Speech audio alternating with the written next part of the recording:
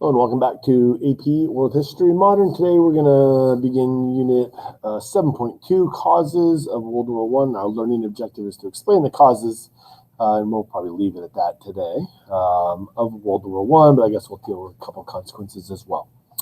All right, so here are the standards, and let's kind of jump right into this, right? So the Great War, obviously they're not going to start calling it World War I until there's a World War II. So initially we're going to simply call this the Great War. All right, so all right, kind of looking at imperialism as it was. It's kind of what we've been dealing with previous to this. So in class, the way we kind of deal with this is we start off with what is the cause of World War I. Almost everyone is able to identify the spark that creates World War I is the assassination of Archduke Franz Ferdinand. In class we'll watch this it's like 6-7 minute video clip here. It's a recreation from the BBC of the assassination, and while I check your homeworks, but. And I will link this on the website. So if you look, on the same site that you're watching right now, then you'll see the link for this video. So please feel free to watch it. It is kind of interesting. After you watch it, so please pause and then come back. So after you watch it, if you're kind of interested in this kind of stuff, the War Museum or the Military History Museum in Vienna, Austria, does have kind of a lot of this stuff from this event there. So this is a handkerchief that was being that was on Sophie's body or on her person that day. All right, so that is hers from the assassination day. Piece of glass, guns from the members of the Black Hand Principle. This is the actual car itself, right? You can see bullet holes. There's another one in the back as well.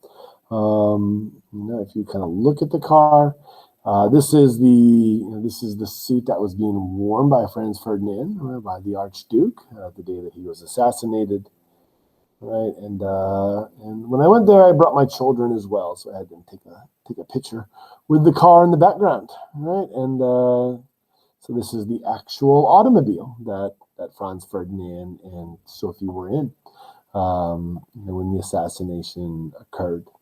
All right. So when we look at World War I, right, we generally like to look at what the causes of World War I were, and we can look at the direct causes and indirect causes, and there's a traditional way of looking at it.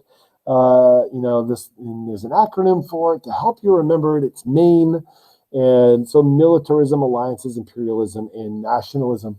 And when I'm covering this topic with my 10th grade world history class, this is generally how I approach this topic, and it's very kind of accepted way of doing it, and it's pretty solid, right? As far as breaking, using causation as your skill, and and there's plenty of evidence you could pull to support these assertions for the kind of secondary causes and indirect causes of World War I, with the assassination being the spark of the direct cause, right?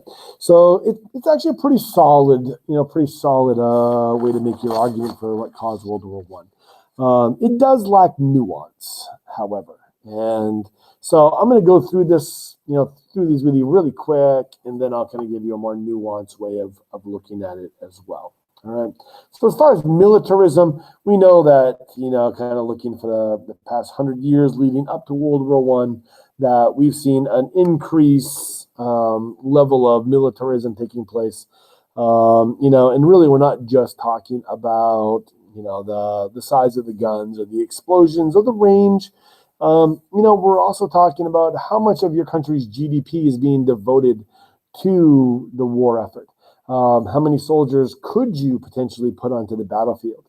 So we are kind of increasingly seeing, larger and larger segments of countries' economies being dedicated, towards militarism. military spending is dramatically on the increase, leading up to World War One. All right, so and also just there are some kind of classic examples of kind of out of control militarism. When you start talking about the innovations that take place during World War One, I mean, it is shocking, kind of the technological innovations that happen, like with the machine gun technology, kind of the air cooling technology that gets developed during the First World War, or just think about the airplane. The technological innovations that occur in the airplane or with the airplane. I mean, it was invented literally a decade before World War One begins, and by 1915, French engineers have developed a way to mount machine guns that are interconnected with the propeller systems, so that you can fire straight ahead, and that will within a year the Germans will crack that, and that's going to give rise to the great those kind of great air battles. So airplane technology and innovation is amazing. And of course, when you talk about artillery, you take something like the Paris gun, an 81-mile range. I mean, wrap your head around why you would even need to fire an artillery gun 81 miles. You're really not talking about targeting soldiers at this time. You're talking about intentionally targeting civilian populations. And, when you start talking about targeting civilian populations, it's not as if civilians had never been targeted in history. It's not as if it never happened before, but to have pretty intentional decisions being made by the actual government, not just a military leader, to do this kind of stuff, this is a Pandora's box that is being opened up. And, we're going to start to see this here in World War One, and by the time we get to the next World War, World War II, it's going to be open season on civilian population centers. So when we talk about World War II, we talk about 1940, to 41, the Blitz, the Germans bombing, civilian cities in England, the London Blitz, stuff like that. That's the Paris gun, right? That's the idea behind it, to try to terrorize the population into submission, right? To get the civilian population to no longer support the war effort. And of course, the British and the Americans, right, the Allied forces, are going to do the exact same thing full force. So you start talking about firebombing cities like Tokyo or Dresden or Hamburg. Berlin gets leveled to the ground. And that's not even, talking about what happens in Hiroshima and Nagasaki. Right. So this idea of intentionally targeting civilian populations is going to become a major part of World War II, and civilian deaths, are right there in World War II, equally with military deaths from the war. All right, alliances, or the alliance system. So we talk about alliances being a cause of World War One. It's not this picture. So this is the alliances that kind of settled themselves out in World War One, kind of afterwards. If you're interested in this, if you kind of scroll up, I do have like a rundown of the different alliances. So starting around 1879, we have a dual alliance. Specifically, in case of a German attack. And then we see the French and the Russians, but you notice that the British are pretty cagey when it comes to alliances and being willing to form alliances. So we often kind of think about England being aligned with Russia and France. And there were deals that existed between the British, but not a formal collective security alliance. The closest thing that came to that was an agreement that the British had to defend French merchant vessels. Right. So England was on the fence when it comes to these alliances. And from Germany's perspective, thinking that England might actually align themselves with the French or Russians was a remote possibility. Germany was very well aware of the tensions that existed between Russia and the British in Central Asia, specifically Afghanistan, right, and Persia, in modern day Iran. And of course, historically, who's been a bigger enemy of the British than the French? So the Germans definitely would not have assumed that alliance would have happened. So, but we'll talk about that in a minute as well. Imperialism, right? So imperialism, this kind of battle for resources, right, over around the world, does create a number of tense moments. The first Moroccan crisis, the second Moroccan crisis, both result in the French backing down to German imperialist demands. The question is how many times will countries back down? The French are willing to a couple times. So there's a lot of thought that imperialism might be the spark. Anyway. And then we have nationalism, right? So nationalism with that intense ability to be able to unify countries, like what we see with Italian unification and German unification in 1871. But also we see the divisive power of nationalism in Southeast Europe. That's going to rip Southeast Europe away from the Ottomans. And of course, the Habsburgs think they're going to be able to come in and take that. And of course, the X factor here is the Russian nationalistic, claims based on Serb nationalism, right? So or pan, not Serb, Slavic nationalism, or this idea of pan-Slavism, right? That Russia was the big brother Slavic country, and that if anyone, abused or wronged the Slavic people in Southeast Europe, that the Russians would feel the need to defend them, right? So nationalism, right? So all kinds of different angles that you could kind of run with that one, right? And of course, had you just watched that video, so you just saw the Black Hand, right? Serbian nationalism. All right. So Mania. Right, that's the traditional kind of causation argument that you generally use. When you look at this. So, what is the function, right, of each, and what individual role does this place? To what degree is it a primary or a secondary cause of the war? All right, so name. All right, so let's take a bit of a more nuanced approach here, and let's look at the issue of causation. And we're going to do it through both a systems analysis, and by systems analysis, we mean, was the Great War the result of a larger pattern in which individuals are unable to stop the inertia of the events, right? And, if you are familiar with art, while this Munch painting is not Dada, there is an artistic movement that rises during the First World War known as Dadaism that, right, is a good kind of exemplification of this. Or, of course, the absurdity of World War II is going to give rise to the existentialist movement. So when you are in college, you'll read, people like Jean-Paul Sartre or Albert Camus, and you'll get an idea of what existentialism is about, right? So this systems analysis is, can we actually, could we stop this? Or was the assassination of archdukes, just the excuse?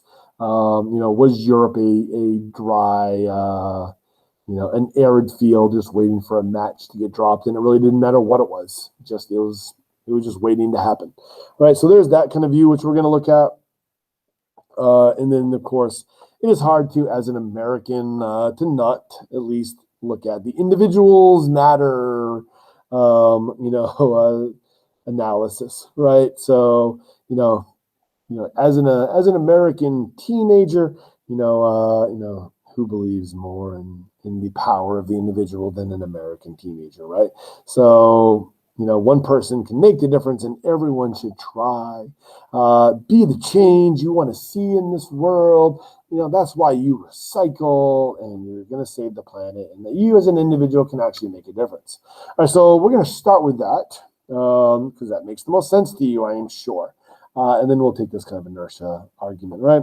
So, if you're looking at causation, theoretically, anyone could have prevented World War I from happening if you believe that individuals can impact this kind of stuff. So, you could say that the Germans caused it under this argument, right? Kaiser Wilhelm could have prevented the war at any time in the month of July, because there's a full month and over a month that goes by from the assassination in late June to the actual war breaking out at the end of July and beginning of August. And at any time, the Germans could have prevented this from happening, right? So, Austria never would have gone into Serbia knowing that it was going to get a Russian reaction without the approval of the Germans, right? Just it never would have happened. This is like saying, that France would invade China today without, the permission from, the United States, right? So that's never going to happen. Right, so there needs to be some responsibility borne by Germany, right, for allowing those decisions to happen. All right, Serbia, right? Serbia. Why didn't Serbia just give in to the demands of the Austrians? Right, Austrians wanted to send their military in, to seek out the Black Hand and get everyone who would have been responsible. Why didn't they just allow it to happen? The Archduke was murdered, right? He was assassinated. Him and his pregnant wife were assassinated. This is a heinous event. Why did Serbia resist? To give you a more modern example, after the September 11th attacks, why didn't the Taliban just allow the U.S. military in? Why didn't the Taliban just hand over everyone who was part of Al-Qaeda? Why did they resist? That could have prevented the war, right? So that's right. Individuals could have prevented all that from happening. All right. Britain, England, right? This is an angle that most people never even think about, or a lot of people aren't even kind of aware of. That England, they were not aligned, with the French or with the Russians in a collective security arrangement. So if Germany had known that England would be willing to go to war on the side of the French, would Germany have even issued the blank check? Right? So at some point, England has some responsibility to bear for not being clear, right? Not being clear with the Germans, and the Habsburgs, with what their intentions were and what it would be. Now, in England's, in Britain's defense here, the technical reason why England actually joins the war really isn't because of the French are being invaded per se. The official line is that Belgium, which was a neutral country, had been invaded by the Germans, and it was because of Belgian neutrality. That is why the official reason why Britain enters the war. But that said, any of the above could have been made more clear by England. Right, the Habsburgs, right, the Austrians. Could Austria-Hungary have worded their ultimatum in a way that could have been more palatable to them? So to blame Serbia for not allowing them in, well, let's kind of look at what the demand was. They were demanding that their military be allowed in to then go and do their own investigation and arrest people at will. Wrap your mind around the idea of, I don't know, let's just say take a Russia or a China, demanding to send their military into the United States to conduct an investigation and be able to arrest anyone who they wanted to without the United States being able to do anything about it. Wrap your mind around a country allowing that, right? And so the ultimatum, the way it was sent out was nearly impossible to actually accept. The French, right? The French are to blame for this. So could you imagine Russia picking a fight with Austria-Hungary, knowing that it was also going to mean going to war against Germany without Paris giving the thumbs up, right? So, in its own way, the French give their own blank check to the Russians. Right, so imagine that, right? So France could have prevented the whole thing from happening. Or Russia, right? Russia, not Germany, is the first the kind of the first ones to get involved and escalate this from being a regional thing down in Southeast Europe to to a much larger conflict. Right. So this is when you talk about who is to blame and who caused World War One. We have an official answer. The official answer is Germany. And Germany will officially accept blame at the Treaty of Versailles because they were the losers, and the winners can decide who the blame is.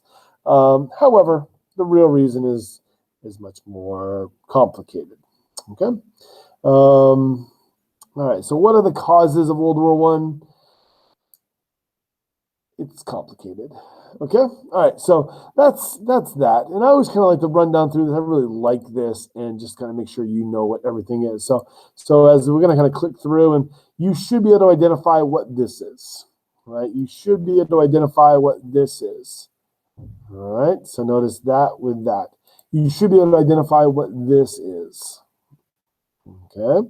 We haven't really talked about von Schlieffen, right? So what the von Schlieffen plan is as soon as Russia mobilizes its forces, you're going to see the application of what's known as the von Schlieffen plan.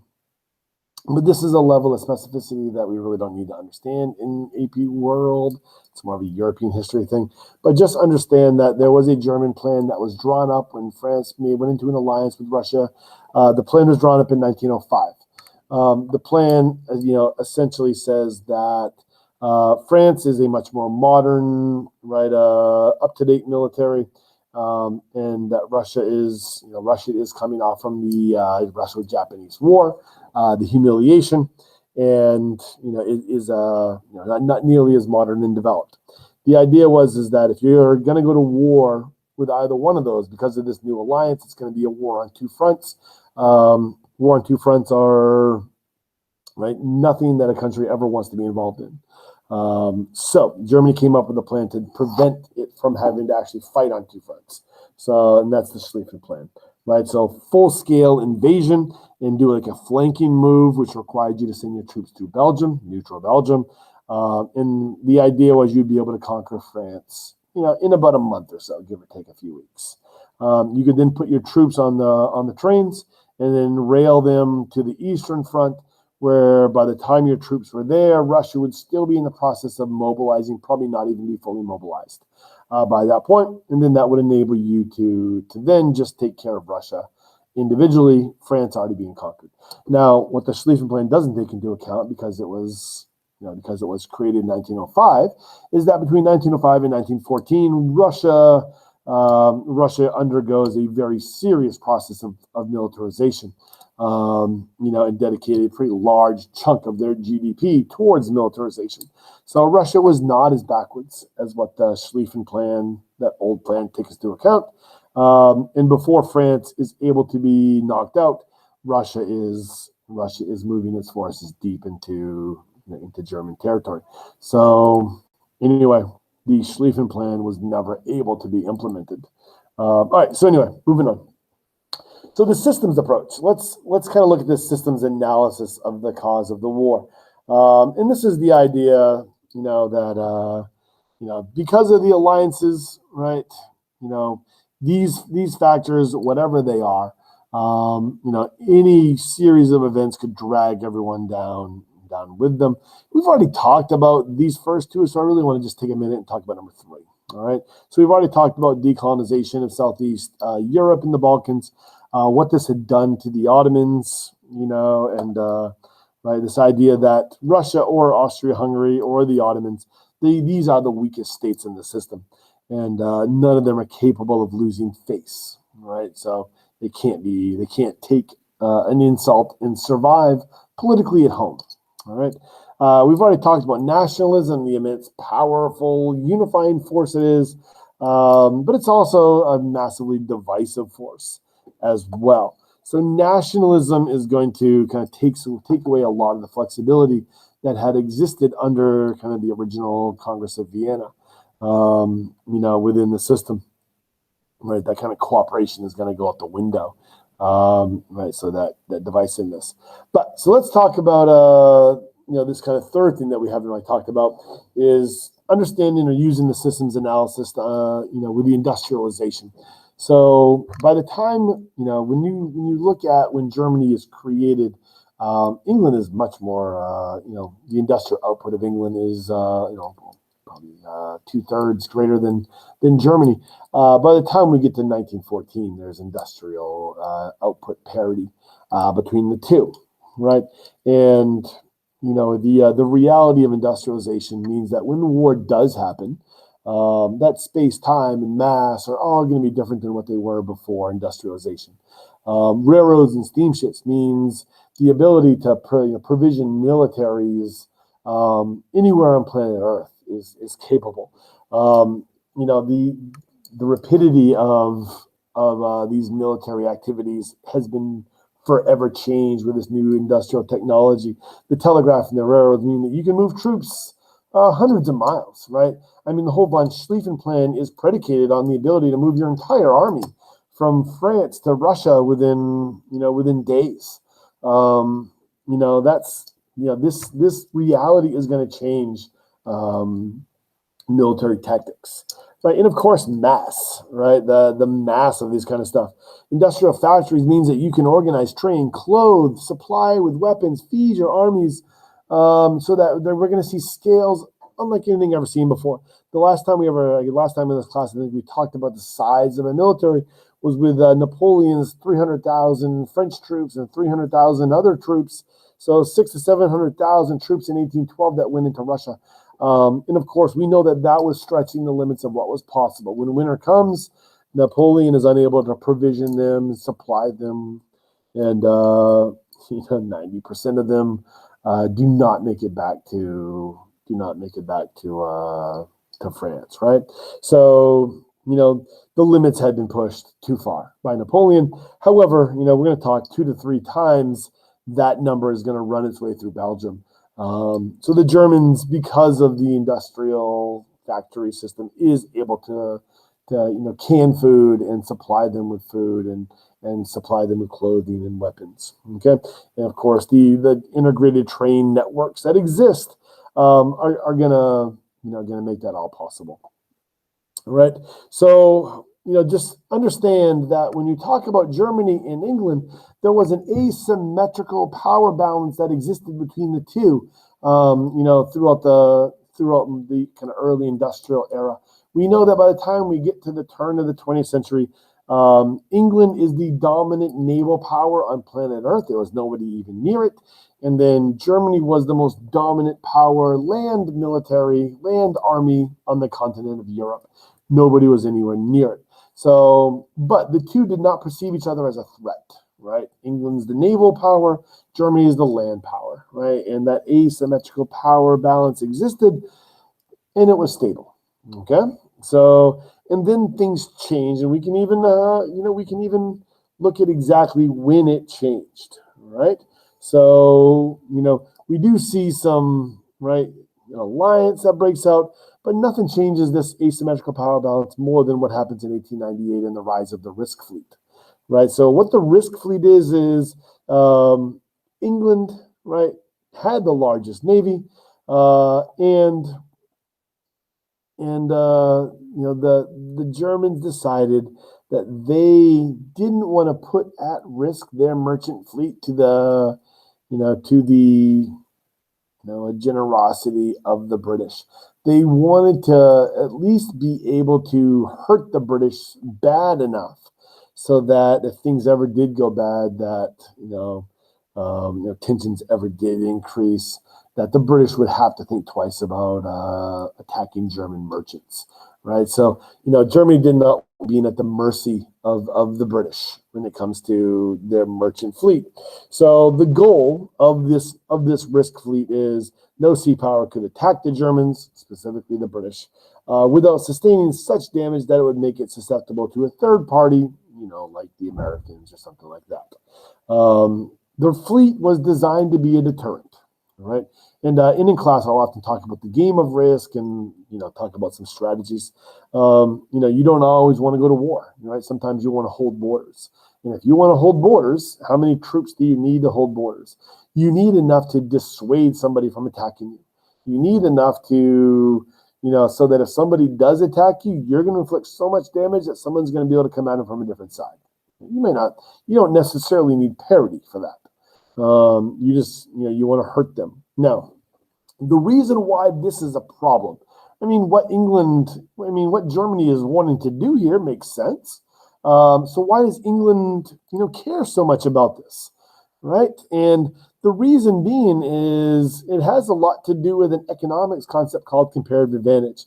Because of the Industrial Revolution, industrial era transportation technology, what this means is that because of the Transcontinental Railroad being finished in 1869, the Trans-Canadian Railroad being finished in 1885, what that means is that grain could be grown in Nebraska or grain could be grown in Alberta, and put on a train to places like New York City. In New York City, then get put onto a steamboat and then shipped to England. And we could do that now for a price that was cheaper than what England could grow grain itself for. Because the United States has a comparative advantage, right? We can grow it much cheaper than what the British can. So then the question becomes, why would the British even grow it? So we see in the 1870s and 80s an abandonment of British agriculture, and then so they become dependent on the importation. The risk fleet means you potentially could have a German navy put England at risk, right? England relies on imports of foreign foods. They only have a 5 or 6 week food supply on hand at any time. What happens if things did go bad? This is going to make England really think about the status quo, and be more willing to enter into alliance arrangements than what they previously would have been, or be willing to make arrangements with countries you never even would have imagined, like a French Anglo alignment, right? So that's kind of one way of looking at this is, as soon as these developments happen, that inertia is forcing the British into the arms of unlikely partners, making war inevitable. All right. So you're kind of seeing that military spending exponentially increasing. And of course, one can't increase their spending without everyone else increasing it as well. And of course, this becomes the question of guns or butter. Are you going to be spending your money on, education and healthcare and social services in your country, or are you going to be spending them on defense? And as your neighbors increase their defense spending, it makes it, increasingly likely you're going to have to as well. Here's a picture of the risk fleet. All right, so, and then we have the eventual spark. All right, so some quick little debrief. By 1914, Europeans and their descendants in North America dominated global affairs, right? Unprecedented extent, right? So this is that kind of imperial realities. Global dominance was the outcome of 3 interconnected historical developments that take place between 1750 and 1914. Political revolutions, the Atlantic, right? The Atlantic revolutions will encourage the formation of nation states, right? And of course, ability to mobilize large-scale popular support. Extensive economic transformation parallels the political reorganization of national communities, right? Industrial societies wielding enormous political and economic power, and these new industrial era transportation systems, fast communication networks, the telegraph, and this new military technology supports, imperial colonial expansion.